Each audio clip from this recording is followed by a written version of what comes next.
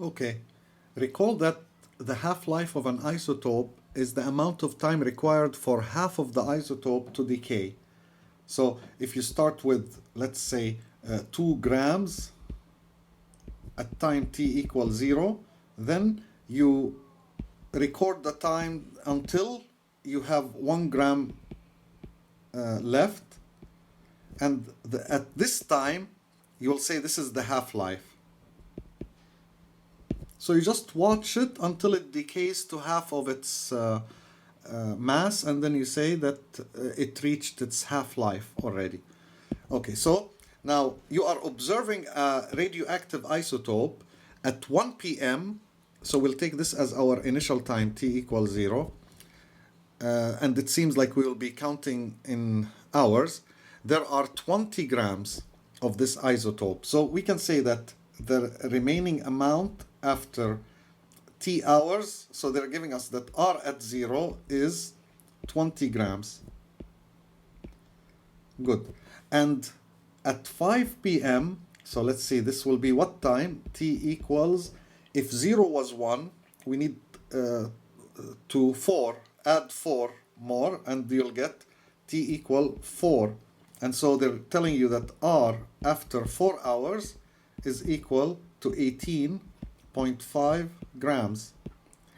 And having these two are enough to make you able to find the formula, because R of t in general, the exponential decay, will always be the initial amount times e to the minus the rate times t.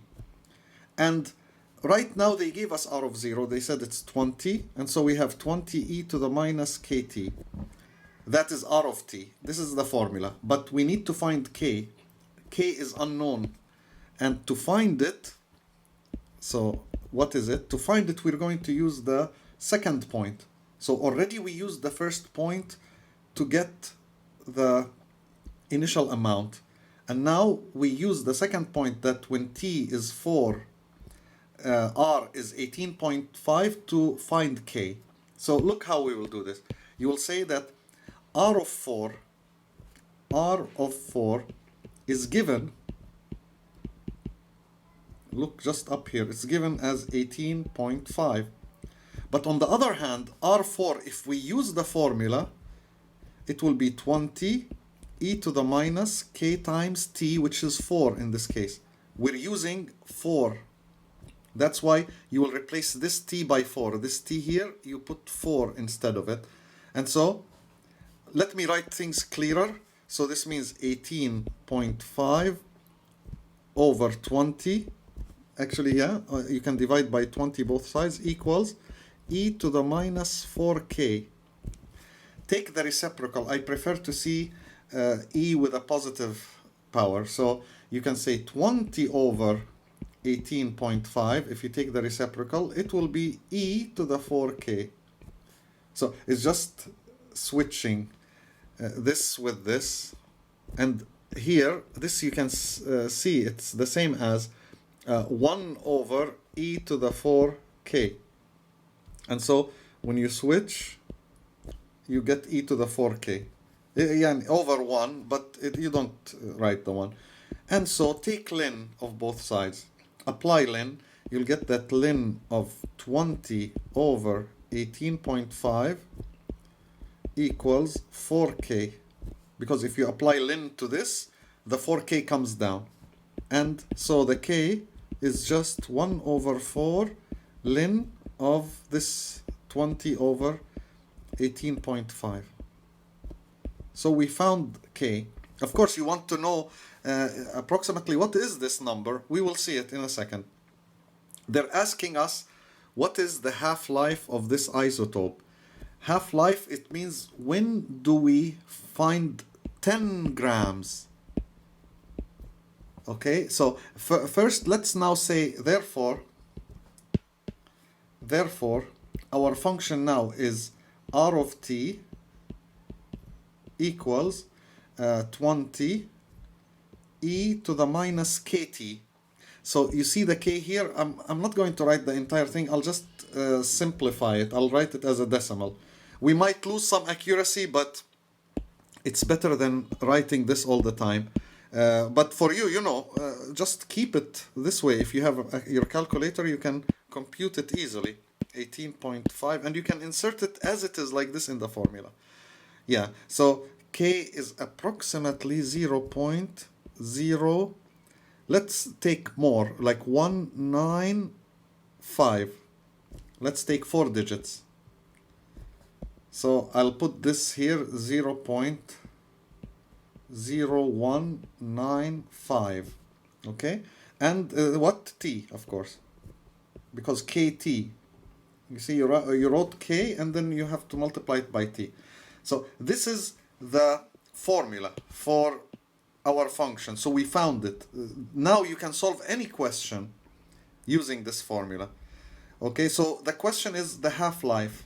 If you have that R of T equal 20 e to this, so let me write it here. R of T, and I'll solve it here, equals 20 e to the minus 0.0195t.